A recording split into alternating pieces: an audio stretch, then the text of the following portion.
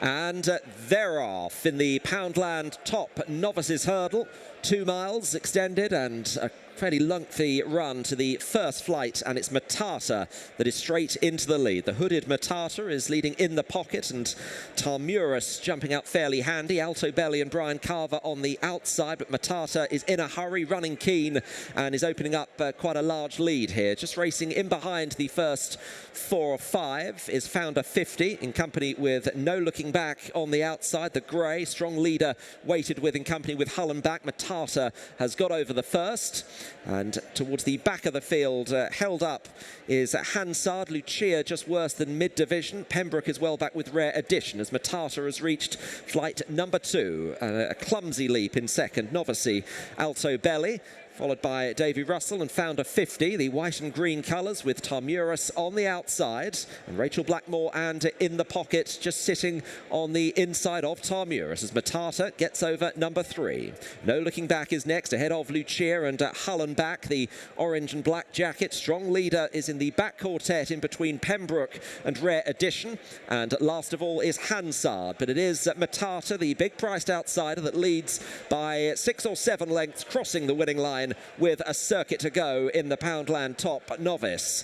In second position is the unbeaten Alto Belly, up in class today, and is being followed then by Founder 50, and then the Supreme Novices 4th. That is in the pocket on the inside of Tarmuris, as the lead is about 6 lengths held by Matata. Luccia, Nico de Boinville next with Paddy Brennan and Hull and back, and on the outside of that one is continuing to be No Looking Back, and they are then being followed by Rare Edition. Pembroke, strong leader, is towards the back, and Hansard is last of all, as it is Matata now lifting off at the first of the 3 in the back straight. The lead is 3 or 4 lengths to Alto Belly in second position. Then in the pocket, racing almost side by side with Founder 50, the 2 big Irish challengers here. Hullenbach is next. Luccia, the mare, on the inside. Tarmuris, the Tolworth winner, is out wide, and Matata's lead being significantly reduced. And then in about 7th or 8th position is No Looking Back and Philip Enright ahead of Rare Edition. And then Pembroke still towards the back of the field with a strong leader who's off the bridle, and Hansard. Matata just had a little guess at that final one in the back straight. Still leads to Alto Belly with in 3rd position.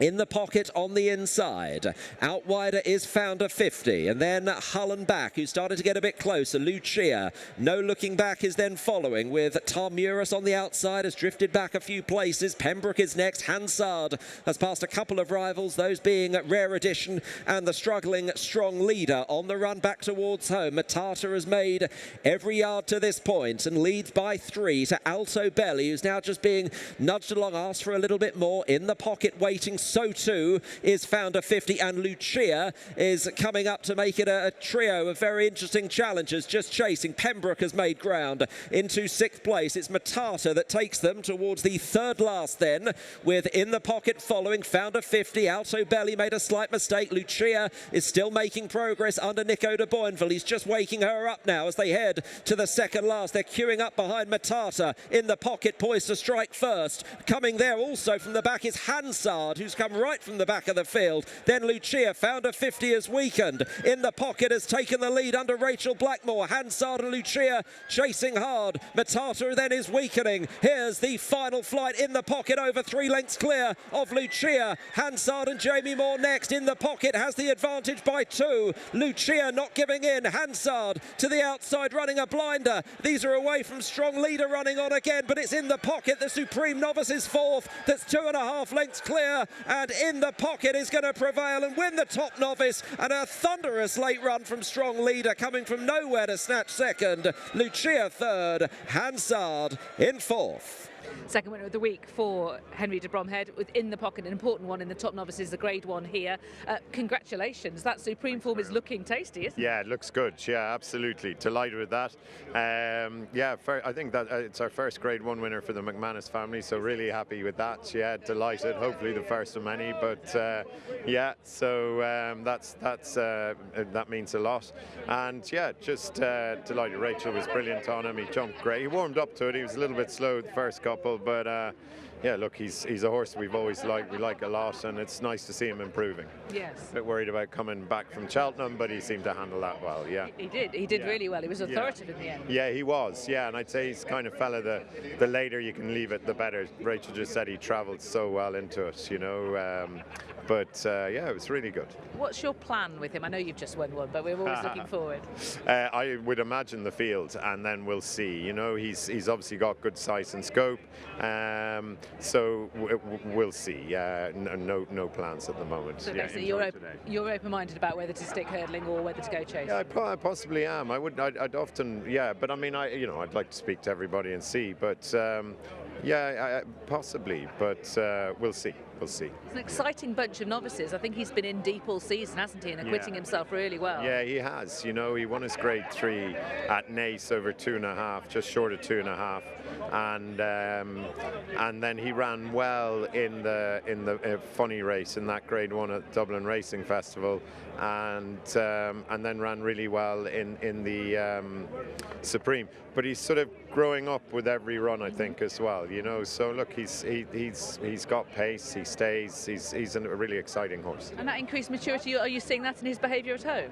Yeah, he's always very laid back. Funny when you hear Nicky talking about Constitution Hill, he's the same. He's very laid back, and we have another fellow who's completely laid back. Another Blue Brazil, Arctic Brazil, another very nice horse. And so you can see what he means when he says it.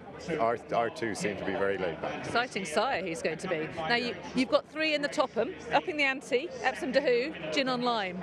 Yeah. Well, how would you sort of typify their chances? I would have said upping the ante. He's a novice, but he's a lovely horse. I think the triple suit him. Obviously, we don't know if he'll take to the fences, but Alan Halsell, who's a director here, owns him, so delighted to have him over for him. And so he'd be, I hope he'll run well. Gin on Lime, ground might be going on her a little bit, but she'll be exciting to watch.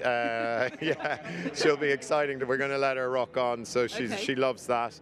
Ground could be a problem for her, but we'll see. And Epsom will love the ground, love the fences, but might. But we've no idea over the trip. We've only ever really run them over 2 miles. Okay, well, very best of luck with all 3 of them, and congratulations here. Thanks a million. Thank you. Second winner of the week here at Aintree for Rachael Blackmore, and a really good reception to her win in the Top Novices Hurdle on Inthepocket. Many congratulations. Henry really surprised me. I didn't realise that was a first Grade 1 win for JP McManus that he's trained, so a really significant one. Yeah, incredible. JP's a big supporter of the yard, and we had a great day here 2 years ago, so it's great to get another one like that. And you'd just seen Fenacross frank the Supreme form as if it needed franking, but you must have gone into this race quite confident.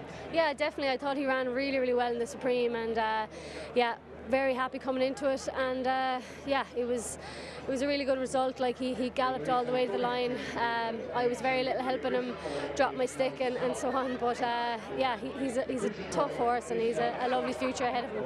How was he going early? Because he seemed to warm up during the course of the race. Would that be fair? Yeah, I'd agree. He jumped okay early, but not as well as he can. But he definitely, as the race developed, he definitely improved. Yeah, look, he's just a lovely horse, and he's still maybe a little bit, he's still learning. So every day he runs, he's putting up a better performance. Henry's just said something very similar. He thinks that he's matured with every run that he's had, and so he thinks there's quite a bit more to come. Yeah.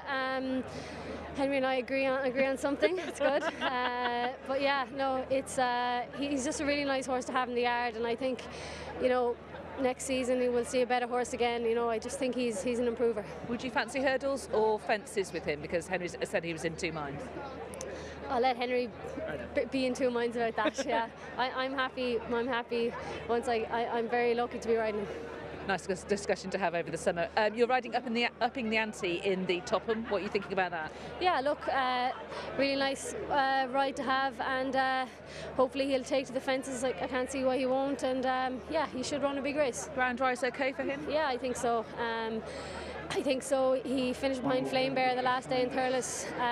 Wasn't any match for him, but that was a lovely run, and he comes here with every chance. Now, Lee Mosshead from the Racing Post has just talked to you about how Brian Aitchison has burdened you with the responsibility for Ain't That a Shame, having gone from 20 to 1 to be vying for favourite for the National tomorrow. You referred to Manila Times a couple of years ago.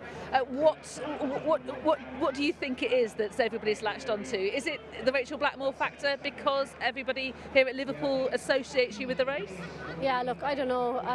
It's definitely not something I spend too much time analysing.